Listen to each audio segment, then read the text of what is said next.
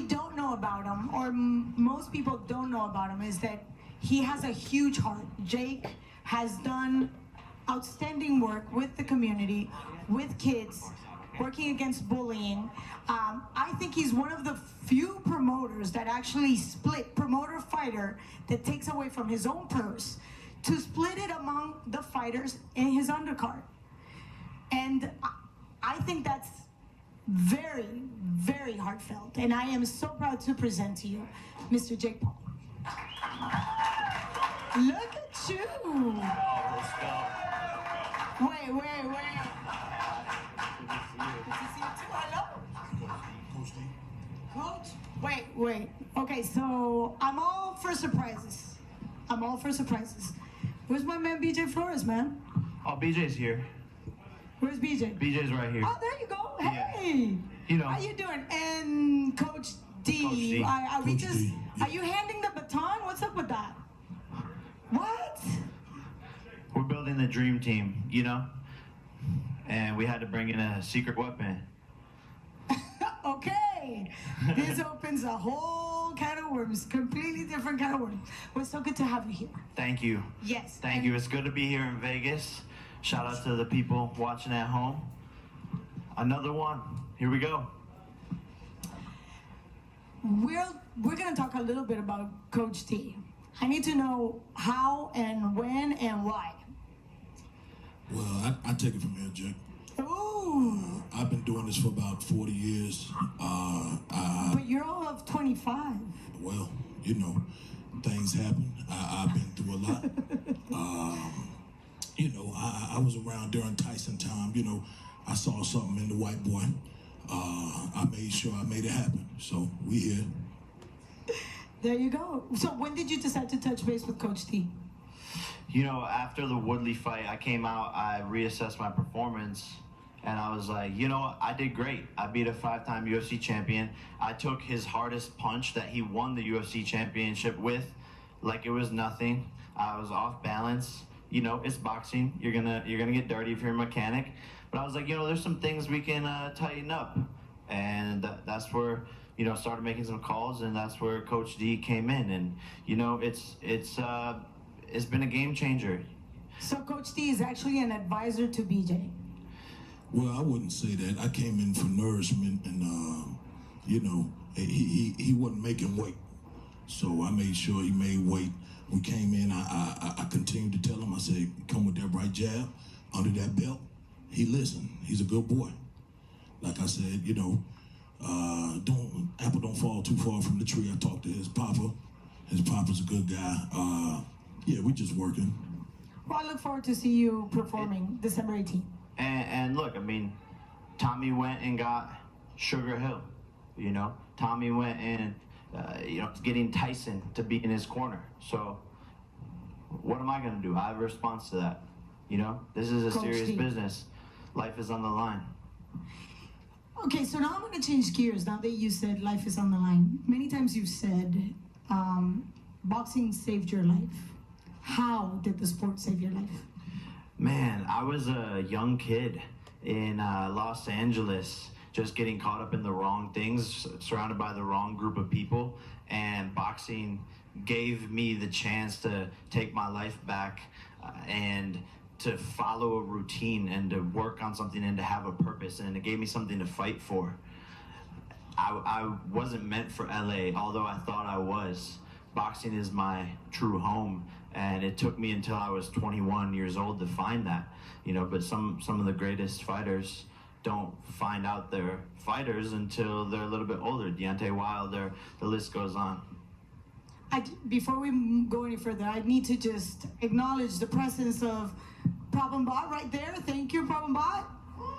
Yeah, is that your security? Yeah, he's got an RPG.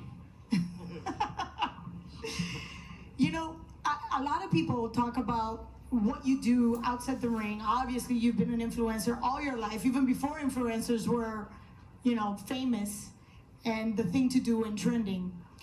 But there's a lot more to you. I just gave a little bit of snippets of what you do for the community.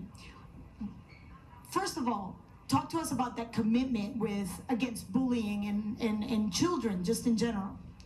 Yeah, look, I want to use my platform for good. Ever since I was young, you know, my dad, who's here today, shout out Greg Paul, we would always go and give back, volunteering, handing out food on Thanksgiving, whatever it was, we always wanted to get involved in the community. And I had a dream as a kid to have a foundation, have a charity, and now I'm, you know, finally at a place where I felt like I was able to give back and to use my platform to give back. And that's why I'm passionate about Boxing Bullies, my foundation, and fighting back against bullying, because I once was a bully and I realized it wasn't cool. And then I got cyberbullied by my peers and friends when I started to post videos online. And I was like, wow, these comments hurt. And I realized this is a big problem in our generation.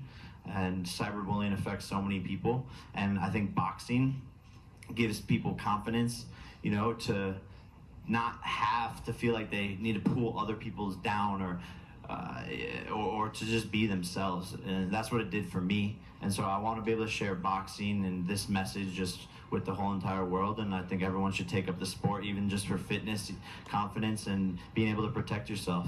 Mental health, key. Thank you for that.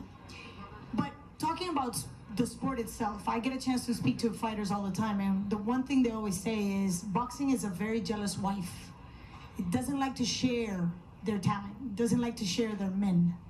You spread yourself out so thin that I wonder, how deep is your commitment to the sport itself? I'll take this one. Thank you, Coach.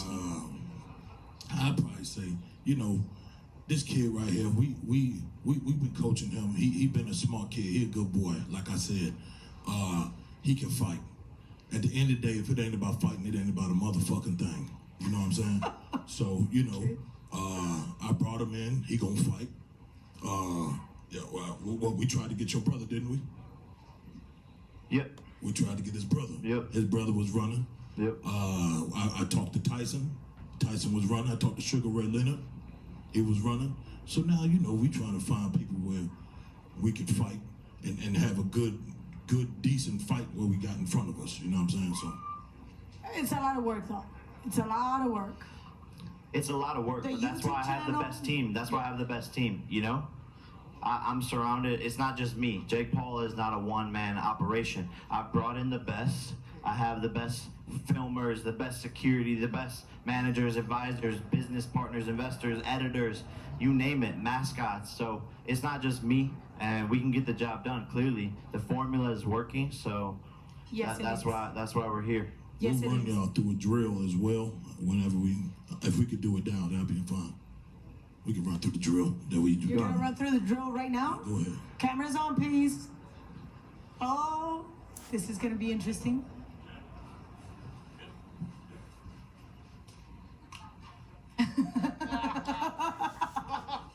Excellent drill. You know, the interesting thing is we have Tommy Fury and yourself that came to the spot today for that fight on December 18th. And it's almost like the yin and the yang. He comes from a boxing background and became an influencer, you know, reality show star in the UK. And you came the other way around, even though you have an athletic background when you played football. And then you became a huge star. And then you decided to take on boxing later in your life. How do you think that balances out? That's like a yin and yang. Yeah, look, I mean, Tommy claims to have been doing this his whole life, and he has an amateur career, and he's been around it. That is true, but he hasn't worked as hard as me, you know? I see a green guy who hasn't sparred enough times and has only been put in there with opponents that were meant to lose. This is his first real test where his opponent isn't some guy that's just gonna flop over. And, you know, you're gonna see that. You're gonna see a fighter who is a virgin, in my opinion. He has no idea what he's getting himself into. This is his first time under the big lights on the big stage, and he's gonna crack under pressure. The one thing that I see is your eye to pick people around you, you know, picking your opponents, picking your coaches. You also pick somebody that I love, and I am a diehard fan. She is the epitome of badass bitch, Amanda Serrano. She is perhaps the only, thank you, Problem Bot. Her record alone speaks for the quality of fighter that she is. But as a human being, she's also a very giving woman. What made you look at her and sign her? Look, I mean, just the simple fact that she's the GOAT, greatest woman of all time. There's no debating that, you know. And I like to work with people that are cool. And Amanda and I, you know, clicked from day one. And she, you know, needs to be put onto a bigger platform, and that's where Most Valuable Promotions, Nikisa and myself come in, because she's a star, like you said. She's got the record, she's got all the accolades, but it's the constant. You hear the boxing story all the time about the best fighter in the world who is underpaid or isn't as big of a star as they should be. And so that's what I've figured out. That's the formula that I've developed, is the marketing, the content, the branding, the entertainment side. And that's what we hope to be able to give to Amanda Serrano and other boxers alike. You know, we want to elevate this sport as much as possible, bring more eyeballs, bring more attention to the best, and that's exactly what Amanda Serrano is. And we're all just ecstatic to be working together, because the potential is huge. We're already eyeing in 2022 the biggest women's boxing match of all time, Amanda Serrano versus Katie Taylor. Wow. Working with Eddie Hearn to get that done. So, you know, We've been waiting for the fight for a while. yeah. Yes, we have. But it needed that extra juice. Yes, it does, and you gave it to her. As a matter of fact, she's going to be in this event. An opponent to be determined. We're going to be announcing that very soon. But I'm very happy that she's getting the recognition that she deserves. She's amazing. And I just, you know, there's a very short sentence that I use. She's a bitch, she's a boss, and she shines like gloss. I love it. I love it. So I'm very excited about that. And now we're going to open the floor for questions from the press. Jake, Keith Heidick from BoxingScene.com. How you doing? I was just wondering if you can compare the type of challenge that you expect from Tommy Fury as opposed to what Tyron Woodley presented for you. Yeah, I think it's two very different style of fighters. You know, I think Tyron just has so much experience. You know, he's been in there with the hardest hitters, as the best in the world. And so he's had that experience, and he knew how to counter and take away some of my best things in the ring, and how to take a punch. Tommy Fury hasn't been tested, so we will see how he responds. And I think that's the beautiful thing about this fight, is the unknown. Is he actually a Fury, or will we find out that he's just a half Fury? You know, does he have the heart like his brother, or is he just living in the shadow of his brother? I think the beautiful thing about this fight is stepping into the unknown, because this is also my first time fighting a real boxer, quote unquote, whatever that means. And he's undefeated, he's young, same age, same height, same weight. So it's really a perfect matchup, and we're just gonna see who worked harder, who wants it more, and who has that dog inside of him. Jay, Ellie Segwek, ES News. Quick question. So you have a bet going on with him about changing the name, and what's your prediction for the fight? What round is it in? I will TKO him in the later rounds. You know, Tommy hasn't gone past 4 rounds. He hasn't even had a fight past 4 rounds. So I think he'll be gassed. This will be the first time him actually getting punched in the face by someone who could hit, who is the same weight as him. You know, he's always fought smaller guys with losing records. So I think he's gonna fade. I know he's gonna fade. It just, what round? 5th, 6th, maybe 7th. Maybe I knock him out in the last 10 seconds of the 8th. But he's not hearing that 8th bell ring. Jake, I got 500K on the line. So, you know, when Tommy loses, he has to change his name to Tommy Fumbles. And, you know, he accepted it. I'm putting 500K. It's on the line. So we'll see what happens. Jake, Mike Coppinger, ESPN, right here. You know, look, one of the biggest issues in boxing right now is that a lot of the top names aren't very active. You know, but yet you're here with your 3rd pay-per-view fight of 2021. Why do you think it is that you're able to get all these fights in, and a lot of the other guys, you know, obviously you have less fights, but you're still fighting pay-per-view fights and all the media obligations that go with it. Why do you think the other guys aren't fighting as often? You know, like you said, it's one of the biggest problems in boxing is promoters, not wanting to risk their big fighters losing, because that's their paychecks, that's how they make their revenue, and so it's too big of a risk for them. But me, you know, we're a big team, but a nimble team. We move fast, we make decisions, and I'm not scared of anybody. You know, people are saying, fight this person, fight that person, fight this person. I'm doing these fights literally as fast as we can get the deals done. And I think a lot of these pro boxers, from what I'm sort of finding out, is they don't work actually that hard, and they're not really down to fight all the time whenever the call, you know, whenever the call comes in. So I think that's the big difference. This is my fourth fight in 12 months. It's the third pay-per-view this year, but it's 4 fights in 12 months. So really the only person that's as active at this big of a platform is Canelo. I have a question about that. I'm I sorry. just want to address something, because I feel like everybody in there, at the end of the day, the white boy can fight. You know what I'm saying? And I feel like people try to underestimate it. You know, you know that. Yeah, he could fight. So. I have a question about that. This is perhaps one of the biggest week in boxing in 2021. Canelo against another outstanding fighter, Caleb Plant. Your views on that fight?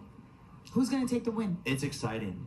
You know, in boxing now, rarely as a fan do we see these big fights where you get excited and you wake up on Saturday morning and you're like, man, I can't wait for tonight because I'm so excited for the fight. That's only happened maybe once or twice this year, you know, with the Fury Wilder fight, maybe Mayweather Logan, maybe a couple of Jake Paul fights, but this one's exciting. History making. It's great for and it's great for the sport. The unification of 168. Can Canelo do it? Can Caleb Plant do it? Undefeated, another undefeated fighter in his record. And this fight is exactly what boxing needs more of. You know, we want to see Canelo versus Benavidez. We want to see Plant versus Benavidez. We want to see these big fights. Why aren't they happening? Who? The promoters? Because I'm sure the fighters want the payday. That's above my payday. My payday. So I wish I had the answer to that. Jake, Marcus Hayes, Fight Hub TV. Thanks for taking my question. I'm wondering, you come into boxing and sort of disrupt the landscape of the traditional boxing with having big fight after big fight after big fight and being a relatively new name. Talk to us about that. Is that what you planned, or is that just how things are shaking out? Yeah, for sure. I mean, I'm a young fighter that still has a lot of things to prove, but with each fight, I'm elevating my level of opponent, and we just want to do it bigger and bigger and bigger. And, you know, boxing is the snowball effect. When you keep on winning as a fighter, they just get bigger. The fights get bigger. Everything's more exciting. And so we've just taken this step by step. But yeah, this has been in the cards the whole way. You know, when I first said, like 2 years ago, hey, I want to fight Conor McGregor, I want to fight Nate Diaz, I want to fight, I was joking about fighting Mike Tyson. I was saying I want to fight Canelo. I remember the list. And by the way, yeah, the list. I remember the list. Gervonta, everyone's on the list. And people It doesn't were like, matter oh, what this weight division. No, it doesn't. It doesn't. But people were like, oh, this kid's crazy 2 years ago. And now it's like, wow. You know what? We've gotten this far, this fast, and the world is my oyster. All I have to do is 3 letters, W-I-N. And why do you think I work so hard? Why do you think I've progressed a lot faster than a lot of these pros are? Because I'm having to rise up to the highest level of boxing with 18 months of experience, 20 months of experience. So I'm progressing a lot faster than a lot of these pro boxers. And it is what it is, because they don't have the pressure. They don't really have anything to lose. They lose, it's whatever. If I lose, the whole world's laughing. The whole world's like, yeah, we told this kid, like, we got him. This was just a thing. He's not a real pro. Get him out of here. Finally, we got our sport back. A lot of boxing wants to see me lose. A lot of them want to see me win, but a lot of them want to see me lose. So I have a pressure, and that's created a diamond. I have an answer to that comes from a very credible source. Marco Antonio Barrera, world champion in 3 different divisions, Hall of Famer. And we talked about you in this fight. And that's one thing that a lot of people don't know. A lot of fighters do support this because they're bringing a new generation of fans. How responsible do you feel bringing this new generation that don't remember the Julio Cesar Chavez, or they just know about Muhammad Ali because of the documentary? Yeah, no, I'm fully responsible for all of it. Who else would be? I'm not sure. Like I said, 4 fights in 12 months. I have 65, 70 million followers across my platforms. That's a younger demographic, and they're coming into the sport of boxing, and they're going to become fans of other people. There's room for everyone to grow. I can build my skyscraper as high as I want to without it touching your skyscraper, or his skyscraper, or anyone's skyscraper. We can all build our buildings as high as possible, and that's what I want to do, is just bring more eyeballs to the sport, and that's what I've done. This question is to Coach D, straight back. Coach D, we just saw you come off the off season, one of the biggest tours of the year. Just this being one of the biggest fights of the year, just want to see what you feel you can contribute and bring to this event. What the hell he said? We just saw you come off the off season, right? One of the biggest tours of the year, and just want to see this being one of the biggest fights of the year. What you feel? We saw what you contributed to the tour. What can you contribute to this fight? Well, at the end of the day, we took him through training. He whooped his security ass. Hell, he whooped my ass in training. The next thing for him, I don't see nobody fucking with baby boy right here but God. One more question? Question for Jake. Jake, one person that is, hey, right here. One person that's always talked, you've had back and forth with is Dana White. And Dana White has asked, when are you going to fight somebody your age, and when are you going to fight somebody that's a boxer? You're doing that now. So do you have a message for him? Dana, again, thank you, wherever you are. Thank you for promoting my fights. You literally tee up every single fight for me perfectly. You place bets against me. I prove you wrong. You try to bring in coaches for my opponents so that they can beat me. You're letting Tommy Fury train at the UFC Performance Institute. Give it up, guy. Like, give it up. Fight a real boxer. When is he gonna fight a guy his own age, or whatever Dana White is constantly fucking saying? I'm doing it. And he's mad that I'm doing it because he's a control freak. And when he doesn't have his fingers dipped into someone's business, he doesn't want to see them succeed, and he tries to bring them down. But he's not smart enough to realize that every single time he talks about me, it just makes my shit go up. Thank you, Jake. And before we close, I know you want to give us any final thoughts before we let all these beautiful people go back to a good morning on a Saturday? Yeah, I actually got a poem. You do? Yeah. Okay, so you YouTuber, boxer, influencer, and writer. I wrote this. I'm upset that Tommy's not here. I know he's taking care of his mother, and I respect that, as a man, and I hope she's okay. I hope the family's gonna do well, but I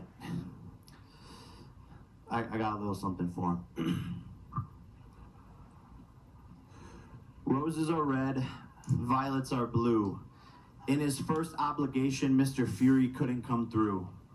No worries, only stress for a few. I'm used to promoting my fights alone. I just didn't think I'd have to do this one too. Carrying the marketing sales, oh Lord, what's new? And y'all wonder why the highest paid boxers are me and Canelo, top 2. One girl whispers, there goes Tommy Fury and his pretty green eyes. Her friend replies, yes, it's true, but he prefers to kiss guys. Tommy Fury's friends let him skip leg day. Just look at those chicken thighs. December 18th, his home won't be the only thing burglarized.